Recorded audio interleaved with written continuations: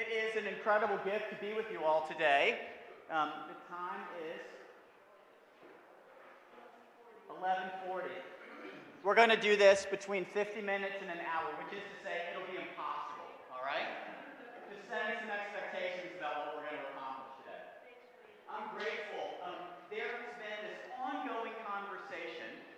How many of you were surprised when you saw the hands being raised in church about people who were, okay, you were too? How many of you, just by show of hands here, were born as Episcopalians? Okay? Great. And that means the rest of you were not. You were. I know you were. Yes? I just found out that I was born a Presbyterian because I just found my baptismal certificate. You're still welcome on. Still welcome. We'll talk about your Scotch roots in just a minute. So here's the thing. We spoke last week a little bit about the very beginnings of the church. And what I'd like to say is that some of what I'm going to cover is a wide, upper-arching thing, and we're going to do our best to get into some of the nuances. Does anyone have any idea of how many different denominations there are worldwide? One source I found said 64,000.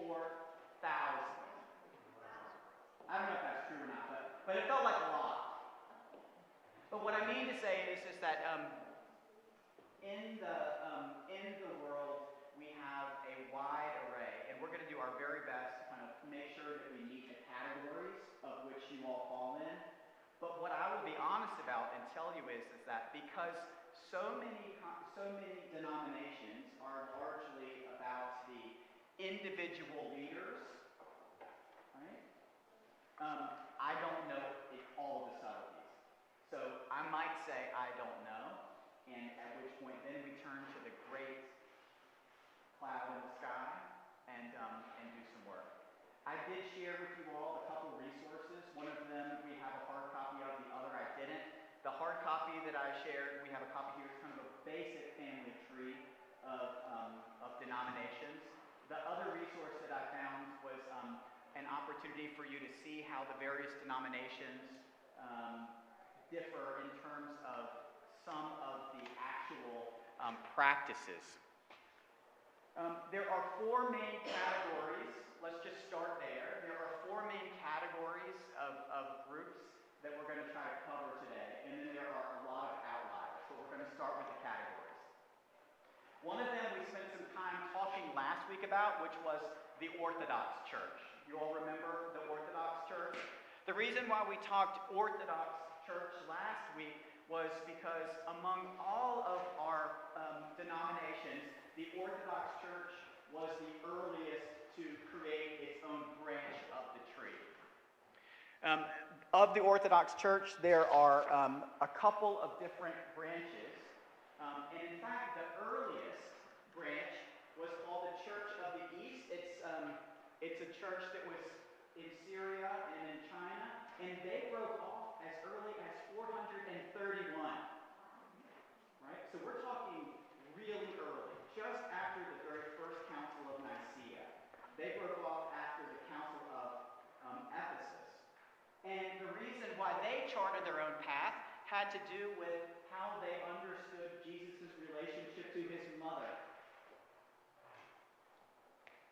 Not too long after that, just 20 years later, the Oriental Orthodox Church broke. So they broke at 451.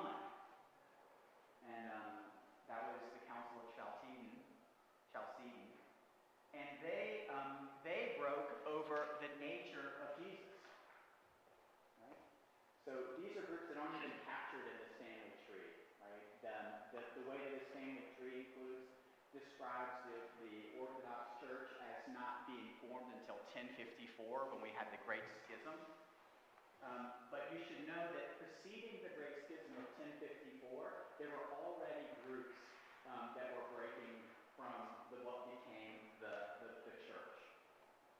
Why do I mention this? Well, I mention this because as we discussed last week, there are myriad reasons for us to see ourselves in relationship with each other and also how we differ from each other. I want to be very careful today to make sure that what you hear from me when we talk about differences is not judgment. What is clear to me is that with very, very few exceptions, church denominational breaks happen over spiritually held beliefs, deeply held spiritual beliefs. Occasionally, maybe once or twice, we get human nature involved and power involved, but in reality, what I will say is that generally, our churches divide into various groups because the differences in that singular place are larger and there's enough room for growth. So please don't hear when we talk about denominational breaks as judgment from me, even if, it's sometimes, it's just worth naming that I don't judge, and in fact, I am quite certain that this conversation is happening in other places, and our traditions, or wherever we come from, are also conversational. Okay. So one group of churches that we want to talk, that we've kind of talked about, are the Orthodox churches. Does anyone here come from the Orthodox tradition? I married into it. You married into it. What do you know about the Orthodox tradition? They think it's as orthodoxy is a straight teach, orthodoxy is a straight path. Right, so they believe that the Orthodox is the straight path. We always all claim that the direct ones, right? The Orthodox Church, practically speaking, has some theological differences with us, but they're not huge. We talked a lot last week, not just about our theological differences, but about our geographical and authority differences. And so one of the things that I want you to hear from me today is that, yes, we're going to be talking about schisms over theology, but behind the schisms around theology are political and social things happening in the world. For example, in the United States, some of the denominations were formed around the Civil War, right? And different opinions on how to address slavery. Did you know that? Other times in Europe, we can imagine that as power was leaving from Rome, as the Roman Empire ended and the nation states took rise, there was a lot of questions about whether money should still be going back to the Roman Church. And so behind theological differences that were happening during the Reformation was also some questions about geography and authority and power. And so I want you to hear that from me as we're having this conversation. But the first group that broke away was the Orthodox Church. And one of the main concerns they had was differing views on the authority of the Bishop of Rome, who we sometimes call the Pope. And this was a group that in the East viewed it as an honorary title, and the West asserting supreme authority. And I think, as you remember, they got together and excommunicated each other. And as a result, their creed is different, but it's the creed that we use. Does anyone remember that fancy word that differs in the Eastern and Western Nicene Creed? It's called the Filioque. Great job. It's a great job. And the Filioque describes from whence the Holy Spirit comes. Is it from the Father and the Son, or from the Father through the Son? That's the difference. Anyway, that is that very first difference. And the second group that I want to talk about is what we now see as the Roman Catholic Church, okay? How many of you are Roman Catholic or were raised Roman Catholic? Okay, great. Roman Catholic. Okay, Roman Catholics. Did you know that there are schismatic Roman Catholic churches? In fact, did you know that the Episcopal Church is in full communion with one of the schismatic Roman Catholic churches? There is a group called the Old Catholics. Has anyone ever heard of Old Catholics? You have? Poland. Yeah. Germany, Austria, Poland, and Switzerland. The old Catholics separated from the Roman Catholics after Vatican I. Do you know what they separated over? Papal infallibility. They were like, there's one step too far. You can't tell us you're never wrong. And so, but the Polish Old Catholic Church is one that still exists here in the United States, and it's particularly strong around places where Polish people settled, and we are in full communion with them. And that happened very early in 1931. Did you know that? It is a small group that is largely Polish, still maintains its independence, but also we share a lot of our spaces with them, particularly in areas where Polish immigrants came. Yes, Judd? It's not. It's not. The thing that's complex about this, Judd asked whether the Polish Catholic Church on Danforth is one of these. The answer is it's not Old Catholic. But the thing that we should remember about the Catholic Church is that many of the Catholic churches do have national identities tied with them. That's right. They would have services in Polish, just like Lutheran churches may have services in German or Swedish or different things. Okay, great question. Pittsburgh, mostly. A little bit in Cleveland, but mostly Pittsburgh. There's one or two. And they're smaller and smaller. But it's just really interesting to imagine that, that our church has been trying to find unity with each other for decades, recognizing that what we hold in common is far greater than what separates us. And so, now the Roman Church has also not been unchangeable, but because they have very, very strong traditions, they will also, like the Orthodox Church that you pointed out, maintain that they are the continuing church, right? So those are the first two groups, and we've spent some time talking about Orthodox last week and a little bit today, and the Roman Church has largely been in place with the one change of the Old Catholics. But now we're going to talk about our tradition, which is the Anglican tradition, all right? So that's the third group of congregations that have founded after as our denominations have split. You may be wondering, George, isn't the Anglican Church also a Reformed Protestant church? And the answer is, it is. But it's distinct enough that I want to categorize Anglican churches and the denominations that it spun off as something different from the fourth group, which is, of course, going to be the Reformed churches of Europe. All right, so we're going to talk now about Anglicans and how they got their go. So Anglicans. How many of you, so raise your hand if you're an Episcopalian. Okay, you were born one? Who's born one? Okay. You're what's called cradle Episcopalians, and by the way, other Episcopalians are just as good. Just want to tell you.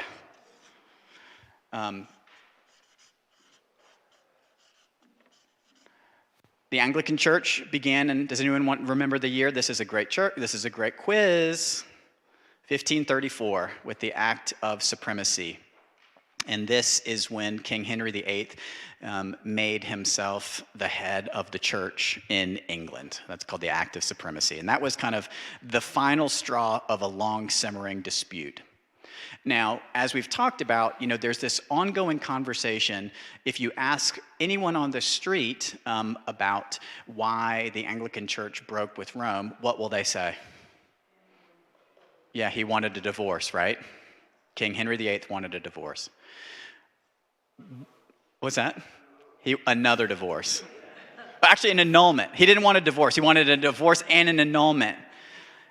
And, but in reality, what was behind it, of course, had to do with other things that were happening. England was a long way from Rome. and the influence of another country kind of trying to tell England how to govern this huge part of its identity, which was its religious identity, wasn't sitting well. Additionally, this all happened. There was a lot of stirrings happening on the continent with writings about ways in which we could reform the church. And so what I mean to say is it wasn't as simple as needing an annulment and a divorce. There was a lot of things happening, both geographic, political, and spiritual. And by the time the Anglican Church broke off and founded itself, it wasn't too long until people were unhappy that happened and reformed it again. The first one happened right after King Henry VIII died. Does anyone remember what happened? That's right. Mary immediately brought the church back to the Catholic Church. No more split. She said, Henry VIII split it, but I'm bringing it back. And then what happened? That's right. She died, and then we became Anglicans again. So even our beginnings wasn't direct, right? So the Anglicans find their church under the hard work of Cranmer and others, along with the theology that was happening kind of from the continent. They started to find their way. And the way in which the Anglican Church describes itself is the via media, the middle way between Catholicism and Protestantism. Now, whether that was their aim when they did it or whether that happened out of practicality, there's a lot of debate. But I will say that the one distinction that I want to name is that this is different than what was happening on the continent. And as we start talking about the denominations that were formed on the continent, we'll notice some clear differences. The very first group that broke from the Anglicans were the Congregationalists. Raise your hand if you're a Congregationalist. Early schismatics we have. Here you go. The Congregationalists broke from the Anglican Church primarily because they disagreed with the Anglican Church's hierarchical structure, specifically the roles of bishops, and they favored a more local church government. This disagreement goes back to the Puritan movement in England, which advocated for each church to be governed by its own members and covenants rather than bishops, because bishops were appointed by the king. Because the Anglican Church was the state church, it was tied to government, and Congregationalists, as we know, the ones that came here, were looking for a more independent way, a way that was separate from the government. This conflict intensified in American colonies, where the fear of a potential Anglican bishop being appointed to America by the king, right, was seen as a threat against the religious liberties that the Congregationalists had fought against in England. You with me? The Congregationalists, in practice, governed themselves locally. If you are a member of a congregational church, you know what this looks like. Its governance here in the United States, particularly in New England, is almost synonymous with our town governments. In fact, in Massachusetts and probably Maine, in order to be incorporated as a town, you had to have a congregational meeting house. All of those white churches on town greens were tied to gathering places where religious identity and cultural identity of making decisions, each with their own voice, of course, white men only, but you know what I mean. Direct democracy plays a huge role. My town, Essex, Massachusetts, still has town meeting 3 times a year. We don't meet in the meeting house anymore, but we meet across the street. That's right. It's an interesting conversation because the religious identity of the Episcopal Church in New England is very much covered by the number of you who come from congregational churches. because the Anglican Church is a bit hierarchical. The Congregationalists push against hierarchy. We can imagine that if you're raised in a tradition where everyone gets an equal voice, and you move into a place like us, which has appointed positions and also representative democracy that we call lesser chapter here and other churches call vestries, that might feel a little bit distant. Yes, I see you, Liz, first. Yeah, the Shakers come out of that. And we're going to talk about what everybody came out of the Congregationalists too, because the Congregationalists didn't end there. The Congregationalists became Shakers. The Congregationalists became Unitarians and Universalists. The Congregationalists became lots of other things. Yeah, Curtis. Actually, the minister was paid by the town. That's right. The minister was always paid by the town. And it was very much, the polity was very similar to what was happening in England, except for instead of people appointing, they were elected, and everybody had a vote. Someone told me in their congregational church that, that each year, the minister and his family had to step outside for people to vote whether the person was going to stay or not. Do you remember that? You ever heard that? Man, I'm glad I got some cover from Thomas, right? I'd hate to know what you all would do to me. Yes. Always. It wasn't until 1683 when the Quakers founded that women started to find their voice. And Quakerism also broke from Anglicans because of the fundamental differences in their beliefs, primarily because Quaker emphasis on individual direct access to God, which rejected a need for an established church hierarchy. It rejected ordained ministers and formal sacraments that were central to Anglicanism. Quaker also held radical beliefs such as pacifism. They refused to swear oaths, and the egalitarian spirituality clashed with authority and structure of the church in England. But because Quakers believed that everyone has an equal voice, it meant that women who usually could not speak, were called spiritual equals, could speak within the church. Can you imagine? Can you imagine? I'm glad. But it is an interesting thing, right? I mean, that if the voices are dominated in town council and in church by men, if we say everyone is spiritually equal in this place, that the voices of women are all of a sudden part of our conversation. And that wasn't until 1683. And so the Quakers, in addition to breaking around church hierarchy, also started to see each other as equals, which of course led them deep into the work of abolition of slavery. So all of this is kind of the same thread, which is a theological statement about equality, which leads us into some very practical things like pacifism, advocacy for women's rights, and the abolition of slavery. All right, so Quakers broke in 1683. Any of you Quakers here? Do you know that my grandmother was a Quaker? And when I got ordained in the church, she was so unfamiliar with what to do. She called me and said, I've never been in a church that had a minister before. She grew up in Quakertown, Pennsylvania. And then she said, George, what do you get someone when they get ordained? Right, because grandmas buy you things. And I said, Grandma, I'd like a stole. And then she went about learning about what stoles were, and she got me one in every single color. So the stoles that I wear on Sunday mornings are gifts of my grandmother. And in some ways, every time I put it on, I don't know if you've ever seen Christopher and I when we vest, we always kiss our stoles. You notice that? It's like we're taking that on, whatever.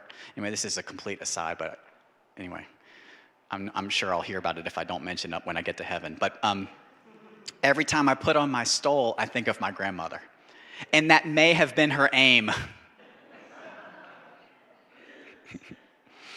Anyway, so I come from Quakers, and in some ways, the silence and the opportunity to listen to the small voices inside of us and hear God, and also the opportunity to kind of be equals with one another is really, really important to me. Now, another thing that happened out of Anglicanism is what's called Methodism. Any Methodists here? All right, Methodists, here we go. Some of you may also be like outgrowths of Methodism. Methodism was 1738, Charles and John Wesley, of course. And what they emphasized, based on their own experience, was a little bit different. They were methodical in their worship, these Methodists.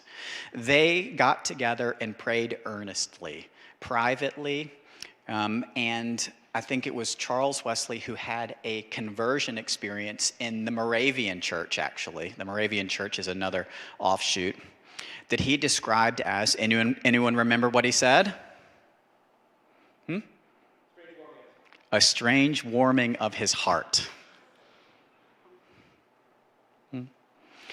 But the Methodists emphasize the necessity of a conversion experience. And their work of Methodism, the conversion experience starts to inform lots of congregations. Because one of the things that the Methodist Church did was that in addition to recognizing individual conversion experience, was that they shook out some of the church hierarchy. One of the most important things that they ended was the need for bishops to make priests. You might be saying, George, why is that important? In our tradition, in the Anglican tradition from which we come, in order to become a priest, you must have your hands laid from a bishop on you. In the Methodist Church, they didn't. Why did that matter? Well, because when the Methodists came to the United States and there were no Episcopal or Anglican bishops, there were Methodist clergy who could make more Methodist clergy. You see where this is going? So if you get two Methodist clergy together, you can make another Methodist clergy. But if all of your Anglican bishops have flown the scene to Canada or back in England, how do you make more clergy? The answer is you don't. And so the Methodists swept into the early United States. And because they were huge into revivals, and you've all heard about the circuit riding and the ways in which the church spread, Methodism took hold. It was a spirit of independence, of individual conversion, and it was ripe here in the United States. So Methodism took hold early and in an incredible strong way. It still is here. The United Methodist Church, some will say, is its legacy. But I will also point out that there are many other churches that are born out of Methodism, including the holiness churches. You know what holiness churches are? How about Pentecostals? Anyone know the Pentecostalism? Do you know what else is born out of Methodism? The Salvation Army.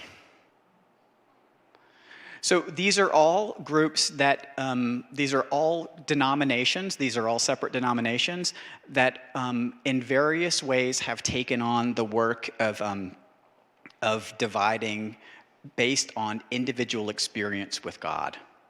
Now the United Methodist Church, you all know we're almost back into full communion with them. And so there's a recognition that we share an enormous amount theologically with them. We are struggling with how to make sense of the apostolic succession thing, all right? That making clergy is a little bit complicated. So being in full communion with them is we have to have some work done around how to make sense of that.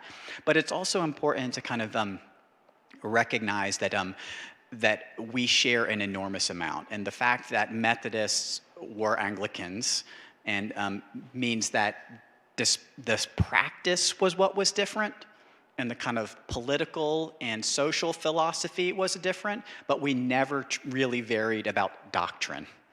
And so, as you all know, what we're trying to do in all of the church in the world is to recognize that what unites us, what we have in common, is far more important than what differs for us. And so with Methodist, sometimes it's the way in which we're organized, but theologically we have so much in common that we can probably get back into communion with them within the next few years. What that means for us here is that you could, in the way that we're in full communion with the Lutheran Church or the Moravian Church, a minister who was ordained in one of those traditions could come here and serve. And all of the sacraments that they would do would be accepted. Here in Maine, there are a number of churches that are really excited about this possibility. You could imagine small towns where there's two kind of small churches, a Methodist and Episcopal church. But you can imagine how this could be fruitful if we can get this happening.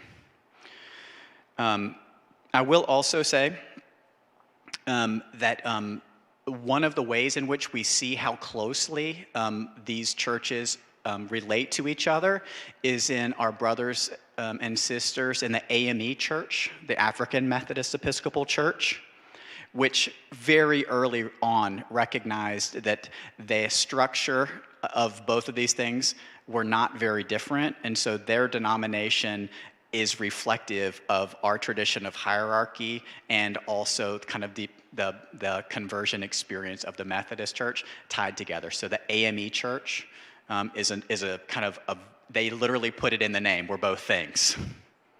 You with me? Yeah, Judd.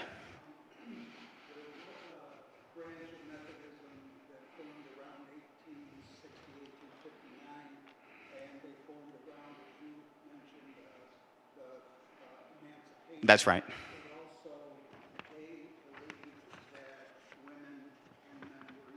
Right. That's right. So what Judd was saying is that even within Methodism, which is kind of a subset of Anglicanism, there were other groups, and so there were groups within Methodism that were ordaining women that were trying to kind of separate, try to be more unified together. And so one of the challenges we always have is kind of like getting down into the details, Judd, but thank you for identifying that. What else, any other questions about, so that's basically the group that I would say was born out of Anglicanism that we can tackle today, which is to say Quakers, Methodists, the groups that came from Methodism. What else? Yeah. Just a quick question. If they, no, I'm screwing it up. Anyways, the apostolic succession. Right. When we didn't have any bishops around Right. to establish priests. Right. Refresh my memory, what did we do? Well, we went to Scotland. Yeah, so well, this is a great thing. We talked about this in Episcopal 101, but you're right. So when we came to the United States, all of our clergy were English. Then we had of course, the War of Independence, okay? Many of the clergy either went to Canada, they were loyalists, or they went back to England. That's not to say that all of them did. But what we didn't have was any bishops. So we had a bishop that went to the Scottish Episcopal Church and was ordained, and we had another priest go to England and convince them. Then we had two bishops, and then we could make our own bishops, right? William White and Samuel Seabury were their names. But it's a really good question, right? What do you do? How do you make more bishops? Well, you need bishops to make bishops, and so they worked around. And the reason why we have what's called the epiclesis in our Eucharistic prayer, the epiclesis is the part of the service where we say, send your Holy Spirit upon these your gifts. You remember that part? It's not in all of our Eucharistic prayers, but I think it's in Eucharistic prayer A. Send your Holy Spirit upon these gifts, is that the epiclesis comes from the Scottish Episcopal Church. 1786 and 7, I think. But isn't that amazing? So they said, yeah, we'll make you a bishop, but you got to include the epiclesis. And we still have it. Not in all of our Eucharistic prayers, but at least in one. The reason, of course, we're not Anglican is because Anglican was the state church of England. We're Episcopal in the same way that the Scottish Episcopal Church was Episcopal because do you all remember the Scottish church was the Presbyterian church. So the Scottish Episcopal Church was not the official church of Scotland. and they liked us because we weren't the official church of America either. We were kindred spirits. So they could see in us the same kind of thing happening that they were doing in Scotland. So that's one of the other reasons why they let us have a bishop. And they got the epiclesis. And we're called the Episcopal Church, just like they are. Episcopal, of course, means overseer, and it's a way of kind of structuring the church. These is great questions. Any other questions about groups that have broken out of Anglicanism? Holiness churches, Pentecostal, Salvation Army, and then, of course, the congregational churches.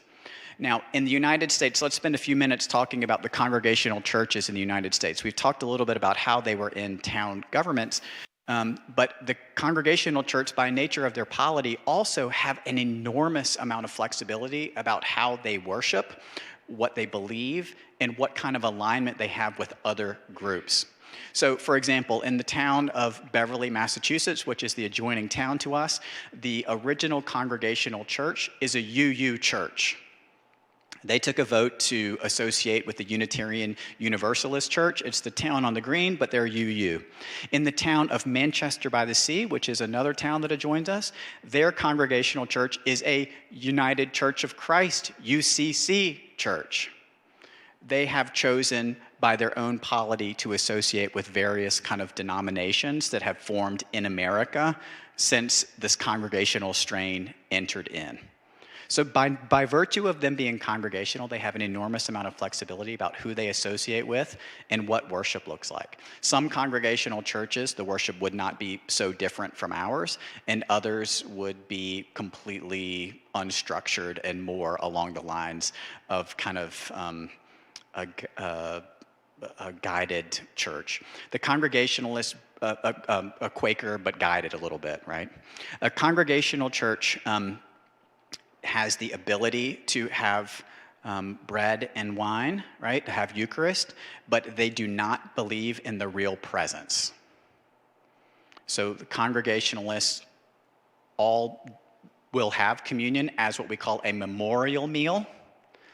Some Congregationalist church believe in the spiritual presence of Jesus in the Holy Communion, but not in the real presence in the bread and the wine. Does that make sense to you all? There's kind of this scope of on one end of things is real presence. Some people call it transubstantiation or consubstantiation. And on the other end is a memorial meal that we're doing this to remember what happened, right? And somewhere in the middle would be the spiritual presence that God is present with us in a way that is spirit-led, not kind of physical. Is that helpful to kind of see that range? And that happens within the congregational church. Yeah, see your question. Because of their structure, could a Congregationalist church decide that we do, in fact, believe in the real presence? Yeah, so this is a great question. The answer is yes, they do.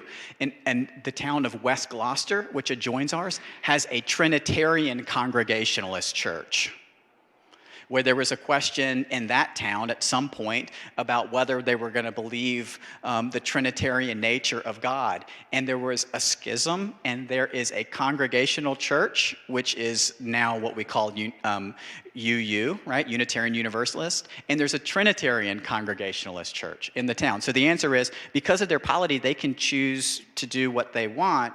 But my gut tells me if you've ever been in a committee of more than 3 people, they would never decide. Great question. Great question. All right, so any other Congregationalists in here? I love my Congregationalists. One of the things that I've learned when Congregationalists join the Episcopal Church is that they are used to being on committees, lots of committees, and so we can always ask them to be on committees. Like the first thing a Congregationalist will say is like, which committee can I join? As opposed to Episcopalians who come in and say, which committee can I avoid, right? Anyway, we love our Congregationalists. And as I say, one of the churches that I served was a church called St. Mary's in Newton Lower Falls, Massachusetts. It was built in the year 1812, when it was the first church built after the American Revolution. the first Episcopal church built after the American Revolution, and outside of the ones that pre-exist there. That's how long it took for the church to kind of get rebooted after the Revolution. So the War of 1812, and so they had this church, and the person with the money said, I'd like for it to be an Episcopal church. And they built it to look like a congregational church. And they called it St. Mary's. So there's this very particular blend of a clear glass, white structured church called St. Mary's.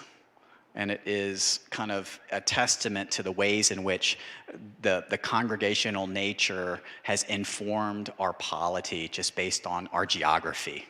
So practically speaking, what that means is that sometimes congregationalists who come into the Episcopal Church struggle with understanding the hierarchy, right? And so one of the reasons why denominations shift, in addition to how we view sacraments, we've already talked about the Holy Eucharist, has to do with authority. And so congregational authority is representative democracy. On the other end of things would probably be the Catholic Church, which is completely hierarchical, and the Anglican Church is somewhere in the middle, or at least we like to say that we are. Yeah, I see you, and I see you. Real presence, yes. Is that the same as transubstantiation? I mean, This is the best question. She said, we talked about real presence. Is it the same as transubstantiation? The answer is, it could be, which is to say that the Episcopal Church has not ever said how it happens, but it says it does happen, right? So what the Episcopal Church did early on was say, we believe Jesus is really present, and then people say, is it transubstantiation? We say, it could be. Is it consubstantiation? It could be. That we're trying not to use the language to limit how it happens, but we say it does happen. So the question is not as strange as you might wonder. It has a lot to do with our polity, which goes back to us being the via media, right? Of saying it does, and we're less concerned about how it does than it does. And that is a very Episcopal thing to do, which is dodge the question completely. Did you know that we dodged the question completely also around the Civil War? Did you know that? Whereas other denominations in the United States, when the country was divided, forced its churches to align in very different ways. Do you know what the Episcopal Church did at that time? We continued to have our general conventions. We simply marked bishops and dioceses in secessionist states as absent, which on one hand is like both politically astute and also dodges a really important thing, doesn't it? Because the church has always been part of the establishment, and many of our founders and many of its early proponents were slave owners, we were much more apt to be silent than we were to be active in the conversations around abolition than many of our other religious brothers and sisters. And how we acted in the Civil War is a pretty good example of that, right?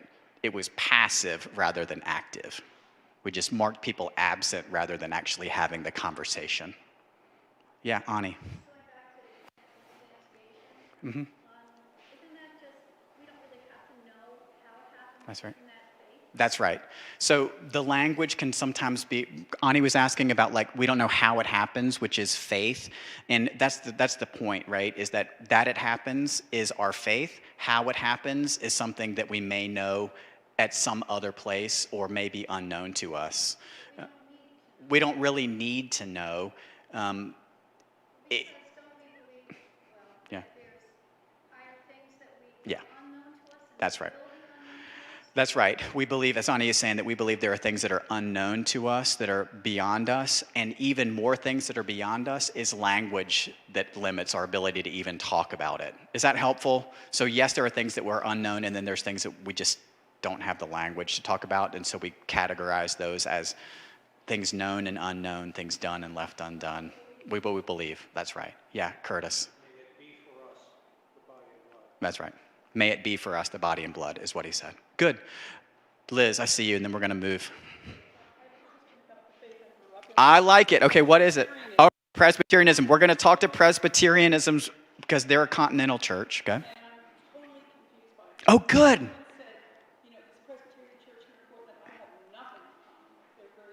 Oh, wow.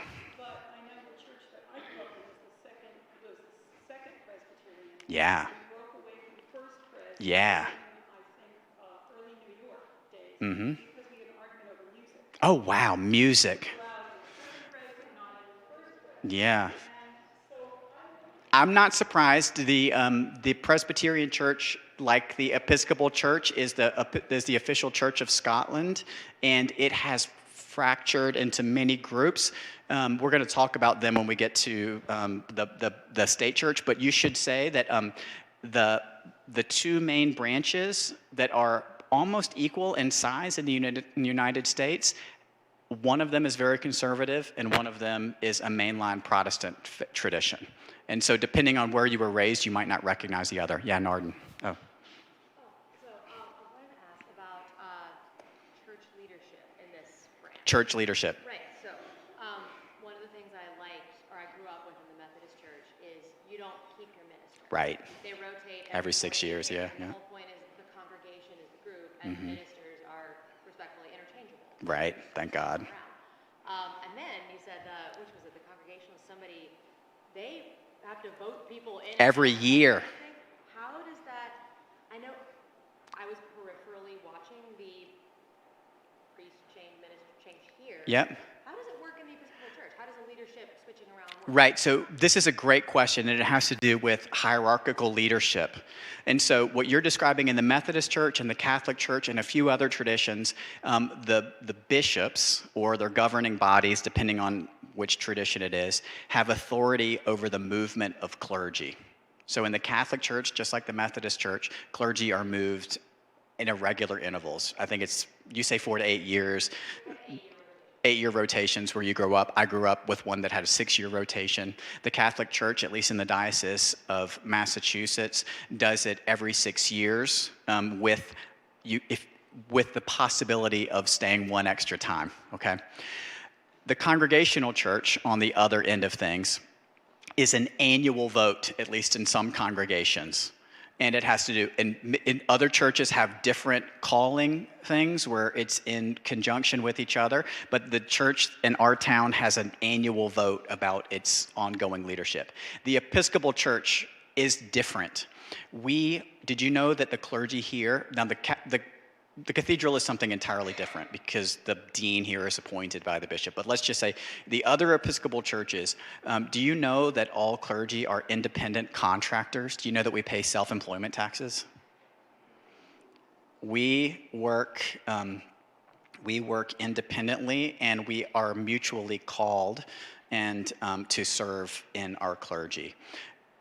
Leaving a congregation is done in various ways. Sometimes it is most likely the clergy will be called somewhere else, or maybe they'll retire.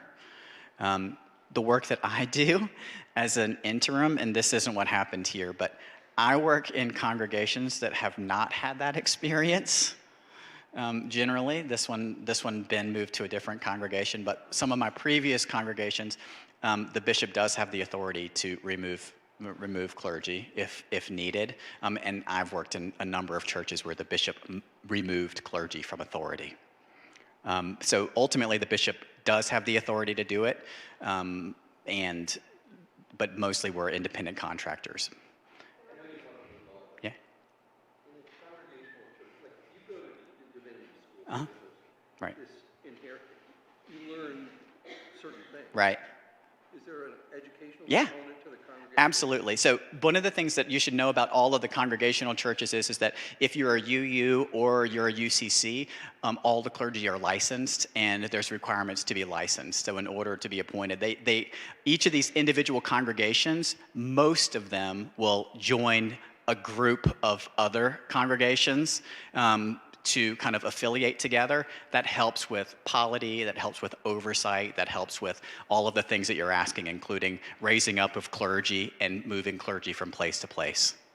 Is that helpful? Yeah. So yes, there's independent control, but most of them have associated with other groups. Yeah. So here I will say here is that most churches, the assistant serves, all of the staff of an Episcopal church serve at the pleasure of the priest in charge. So the complicated part is that occasionally we get people who are suffragans, right? So a bishop, right? A suffragan is elected at the same time to be a suffragan bishop, and they will stay. There's assisting bishops and there's suffragan bishops. So sometimes they're there for as long as they're elected, and other times they're there at the pleasure of someone else. So to answer your question, here at the cathedral is a little bit complicated because the canons are appointed by the bishop in consultation with the search committee and the congregation. But in other congregations, the vestry, the lesser chapter, calls the minister, and then the minister is responsible for staffing appropriately with assisting clergy. Great question. Yeah, Tim. My understanding is that the vestry hires the rector with the Right. permission of the bishop. That's right. So the vestry does make the hiring.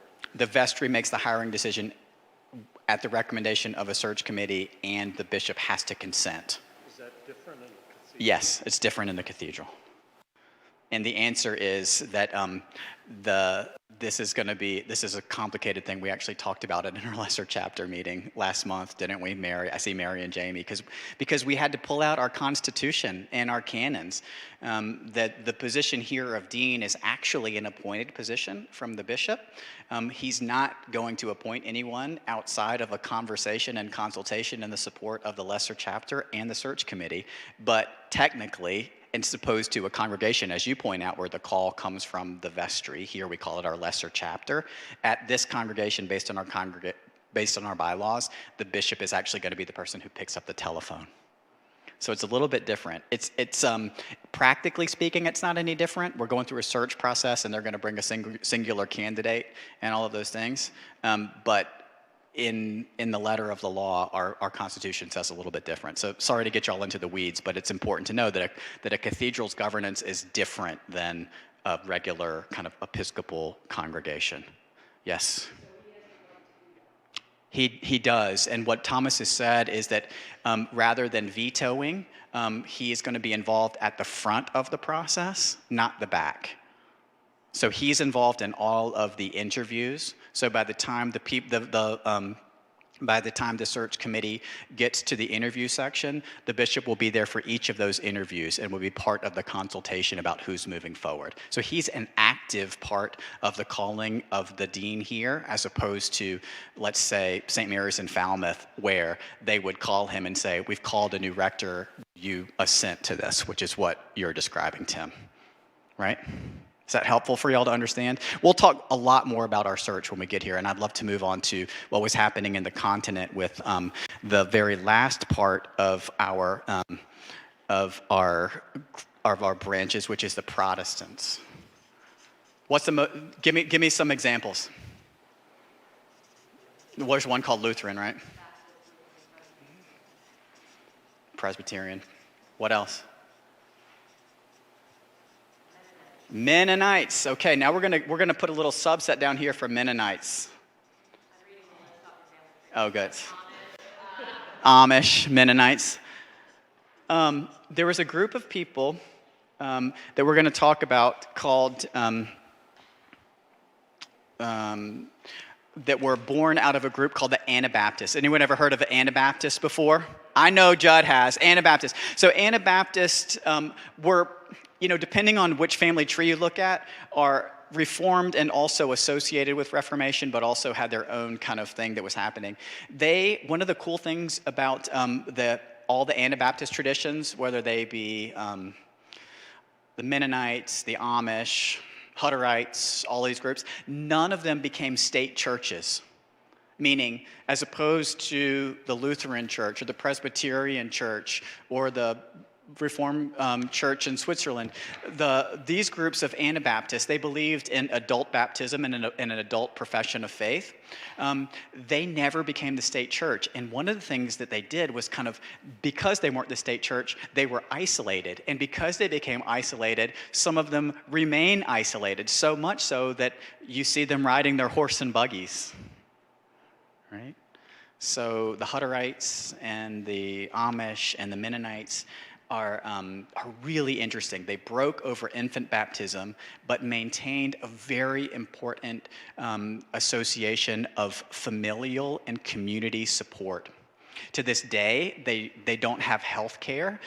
They care for each other's needs by sharing together. They don't participate in the schooling like kind of outside of themselves, but they all pay for their schooling together. It is much more communal in nature, which is why they're really good at building things. They know how to work together.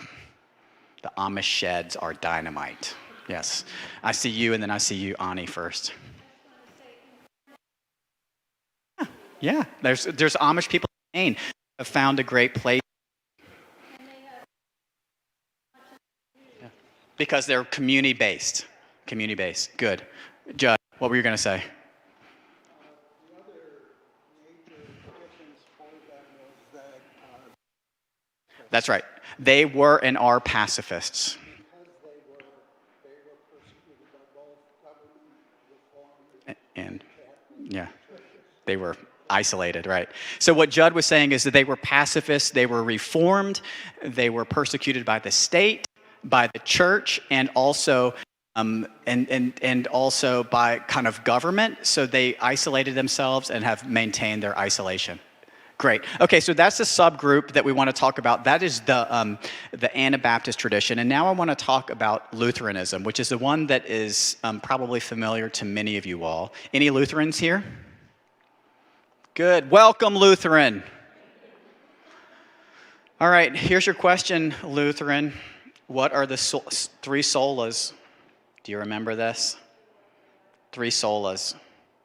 Sola Scriptura, sola gratia. So it's sola, Scripture alone, grace alone, and faith alone are the three main tenets of Lutheranism.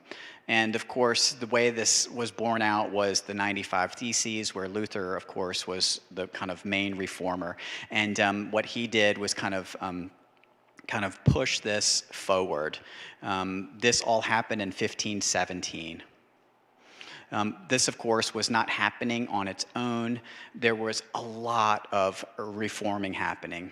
Luther was in Germany. Zwingli was in Switzerland. You ever heard of Zwinglianism? He was a reforming church in Zurich, and his key contributions included symbolic interpretation of the Eucharist that differed from Luther's, and the abolition of Mass and images and worship, and the establishment of the Swiss Reformed Church. One person who derived a lot of his theology from Zwingli was John Calvin, and I know you've heard of Calvinism. Right? And so when we think of these churches that are largely unadorned, as opposed to ours, we see this tradition. Right? This is really helpful for y'all, right? Calvin was very strict. He was. And so Calvinism turned into Presbyterianism, which was the Church of Scotland. It wasn't exactly the same. John Knox was there first, 1560. The Presbyterian Church in Scotland has Presbyterian. Does anyone remember what the three orders of clergy are? There's the episcopate, there's the presbyters,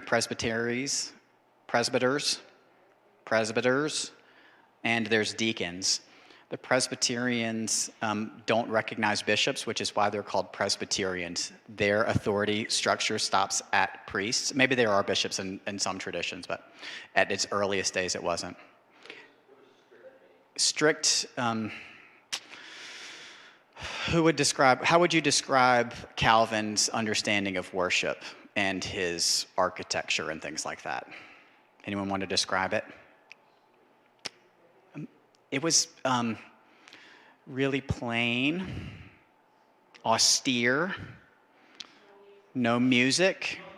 Or they have music, but not a yeah, it's all changed over the time. That's right. No iconography, and as you heard, if the instrument wasn't mentioned in the Bible, you couldn't use it. But I'm going to tell you right now, your experience is different, isn't it? Yeah. Yeah, you were a deacon. And That's right. So they believe in orders, but what I mean is the apostolic succession of the diaconate. And so Presbyterian churches are organized into sessions, and they have elders, and they have teaching elders who we would call priests, and they have ruling elders who are in charge of things like the building and things, and then they have deacons who are responsible for prayer and teaching and almsgiving. So the challenge that we have is that we use some of the same language to describe different things. So your role as a deacon, right, in the Presbyterian church is would be different than a deacon in the Episcopal church, per se. So it just has to do with language. The problem is that Scripture used language and described 3 orders of leadership, and the various churches applied that differently. It's not a problem. It just means that sometimes when we're talking about the same thing, we have to be clear about what we're saying. So the Presbyterian Church in Scotland is huge where I'm from, because all those Scotch-Irish people came down through Pennsylvania and down into North Carolina, and they're all Presbyterians. And there are, as I mentioned, there are 2 main branches in the United States: the Presbyterian Church USA, which is the mainline tradition, and then there's the Presbyterian Church of America, which is a lot more conservative. They don't recognize women's ordination, and they're also substantially, at least where I know them from, they're substantially more kind of conservative politically too. Now, this gets really messy because a lot of these have to do with kind of the individual leaders and kind of history of individual congregations, but generally just know that where they used to be divided, the Presbyterian Church and the Presbyterian USA were the 2 parts of the church that were born out of the Civil War. Now they're no longer nearly as geographic. The Presbyterian Church in America was the southern branch of the church. The Presbyterian Church of the United States was a northern branch. Now both of them go back and forth with each other. And the same could be said of the Southern Baptist and the American Baptist Church. Okay? Presbyterians are all over the place, just wherever the Scottish people were. So there were Presbyterians all over the place. There was also a Dutch Reformed church, the Church of the Netherlands, which leads to the Church of Christ. Any Church of Christ people here? Okay. There was also a German-Swiss Reformed. We already talked about that.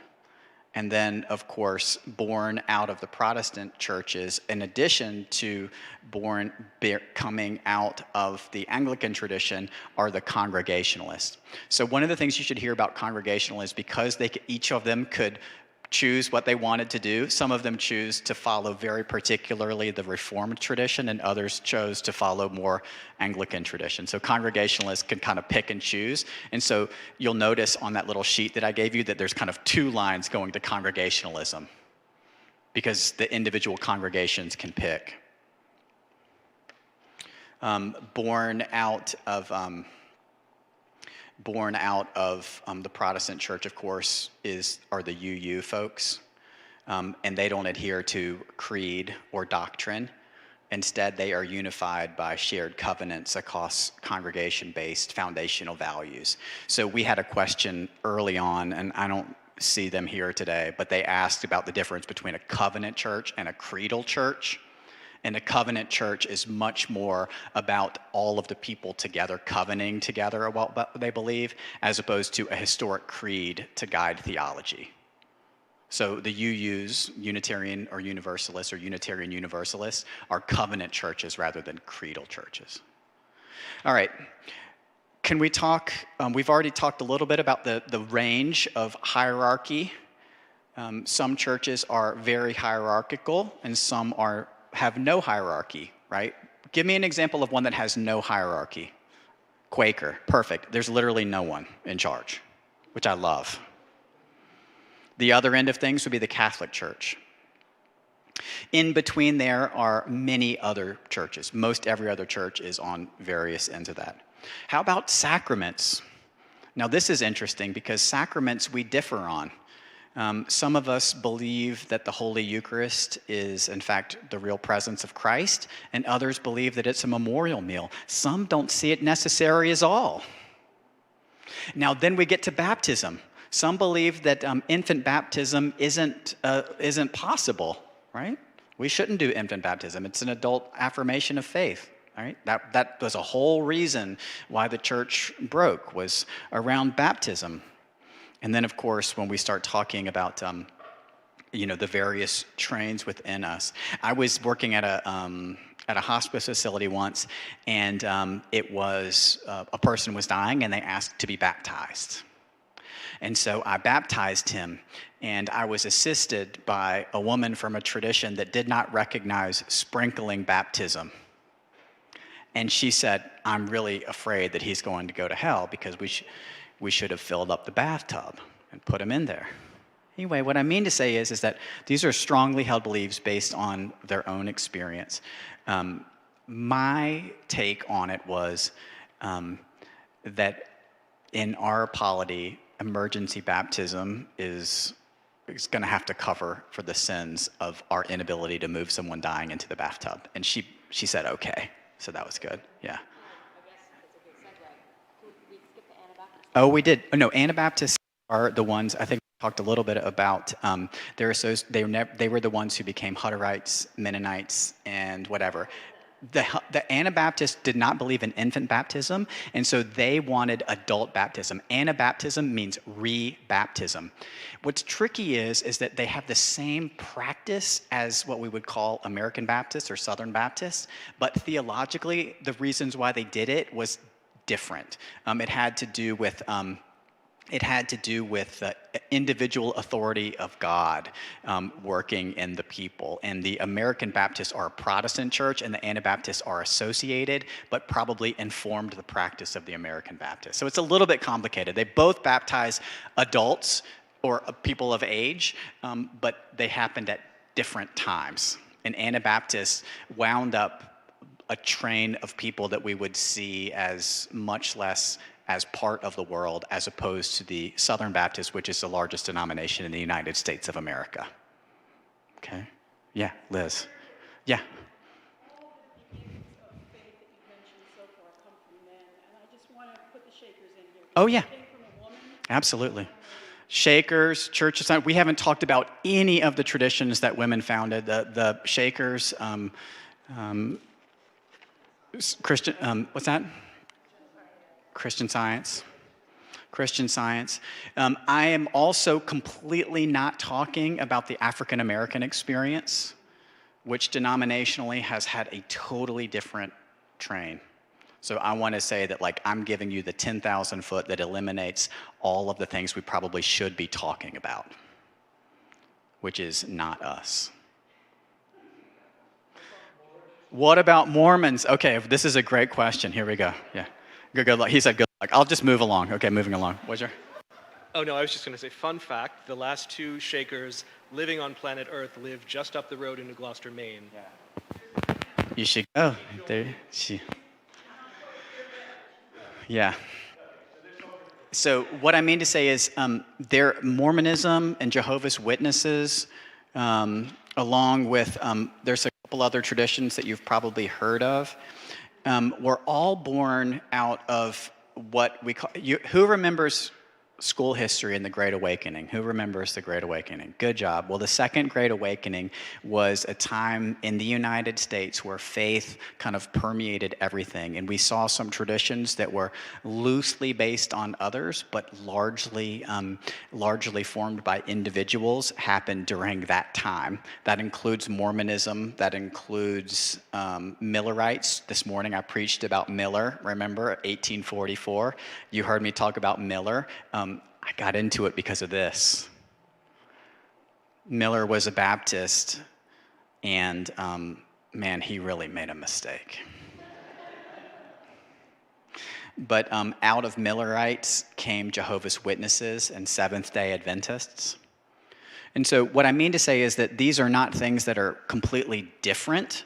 Like they're within our kind of denominational structure, but their origin story is much more kind of what was happening culturally in America than what was happening in Europe or what was happening in it was a political and spiritual thing that was happening around the United States that formed these individual groups, where people were open to hearing a new way of being in relationship with God and each other. Jehovah's Witnesses, don't, no birthdays. They have a very particular way of kind of holiness, similar to kind of Mormonism, or what we now call Latter-day Saints. All right, yes, one more question. I like it. It didn't have to be quick. Yeah, evangelical non-denominational. This is great. So remember how the Methodist strain kind of went? That was born. Part of it was modern. The evangelical Lutheran Church happened kind of in the Third Great Awakening. Anyone ever heard of Azusa? So this happened in California in the 1930s and 40s and 50s. And so this was much later, very recent. So the church is still changing and evolving. And what I would say is that we talk about kind of the Episcopal Church, but did you know that there are also within Portland two other churches, at least two, that were born out of the Anglican tradition? One of them formed in this chapel. In the 1980s, it was a charismatic Episcopal church. How did it work? That is a great question. We had Holy Eucharist with hand raising and speaking in tongues. Yep. And that was happening because the charismatic movement was sweeping across the United States. And there were Episcopalians who said, man, I really like the Episcopal Church, but I also like the Holy Spirit. And so this group formed, and they met here for a while and eventually kind of found their own space. So that happened here within this congregation. Another group that you've probably driven by is called the Rise Church. Anybody ever seen the Rise Church? It's just down there by the Portland Sea Dogs Stadium. They're part of what's called the Anglican Church of North America. The Anglican Church of North America is a group that formed around the early 2000s. There was a conversation. It came to a head around the consecration of Gene Robinson as a bishop. And remember, Gene Robinson was the first openly gay bishop consecrated. But before that, there had been a lot of conversation. There was another schismatic group around the ordination of women, which happened, not too many years earlier, and another schismatic group that really didn't like the 1979 prayer book. So what I mean to say is, even within this community of Portland, our Episcopal and Anglican tradition has seen kind of seeds of people who weren't feeling like they were being fed and were looking for a different expression of their faith. What I would say in closing is that all of these denominations, all of the parts of your background, which are diverse, have informed you and brought you into this place. And what I love about this place, this work that we do in the Episcopal Church, is that asking questions and bringing in experience is not seen as limiting, but enriching. I love these kinds of conversations, and I love the diversity of questions that we bring into this place. At its heart, we're governed by this book that was written a long time ago, the Book of Common Prayer. We're governed by our understanding of Scripture and our Bible that we talked about 2 weeks ago. And we're governed by our reason, right? Remember of Hooker, he said this thing about the three-legged stool, which we return to over and over: Scripture, tradition, and reason. And these three things, tradition that you all bring, our Scripture that we can read, and the reason that we can sit together and comfortably talk about what we share in common is profoundly what makes us a community. Can I also tell you, it also scares some people. The growth of fundamentalist churches and churches that are very doctrinal is really appealing for rule followers. The Episcopal Church can be really challenging for people who say, I just want to know what to believe. We say, what does that make you feel? And they say, pissed off. No, I mean, I think it's a good place for us to wind up. This is a conversation that's going to be going on and on. If you have particular questions about how your own denomination or your own spiritual experience has informed kind of what you believe, and you have questions, I can't speak for you, Christopher, but I love having these conversations. You do too. Good. I thought you would, but if you, I mean. But it feels really wonderful, and it feels really hopeful that you all can kind of just sit here and say, wow, what an incredible diversity that we bring to this place. And not to see that as something that limits us, but to think, wow, our musical tradition, our spiritual tradition, our familial traditions, our geographical traditions, all of these things are in this place, and they have been since its beginning. I'm grateful for your willingness to sit through this. Next week, I'm struggling with limiting the topic into what we can cover in an hour, and I'm sorry I kept you for an hour and 10 minutes. So thank you, guys.